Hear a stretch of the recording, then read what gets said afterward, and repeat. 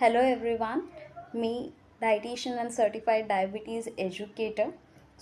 आज मी एका माझ्या क्लायंटच्या क्वेश्चनचं आन्सर ह्या व्हिडिओ थ्रू देते. त्यांनी मला म्हटलं की मॅम मी बारीक आहे तरी पण माझं कोलेस्ट्रॉल हे वाढलेलं आहे, कसं काय? मी टेल एव्हरीवन की तुमचं जे कोलेस्ट्रॉल आहे हे तुम्ही किती बारीक आहात किंवा किती जाड आहात ह्यावरती डिपेंडंट नसतं.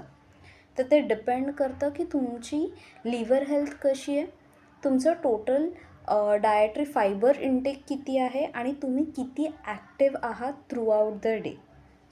हे डाएट आणि लाईफस्टाईल फॅक्टर्सवरती डिपेंड आहे, ह्यावरती नाही की तुम्ही किती जाड आहात आणि बारीक आहात. येस, बारीक असलात तरी पण तुमचं कोलेस्ट्रॉल वाढू शकतं. कसं मॅनेज करायचं त्यासाठी मला नक्कीच अप्रोच करा. Thank you. Hello everyone, me dietitian and certified diabetes educator. आज मी एका माझ्या क्लायंटच्या क्वेश्चनचं आन्सर ह्या व्हिडिओ थ्रू देते. त्यांनी मला म्हटलं की मॅम मी बारीक आहे तरी पण माझं कोलेस्ट्रॉल हे वाढलेलं आहे, कसं काय? मी टेल एव्हरीवन की तुमचं जे कोलेस्ट्रॉल आहे हे तुम्ही किती बारीक आहात किंवा किती जाड आहात ह्यावरती डिपेंडंट नसतं.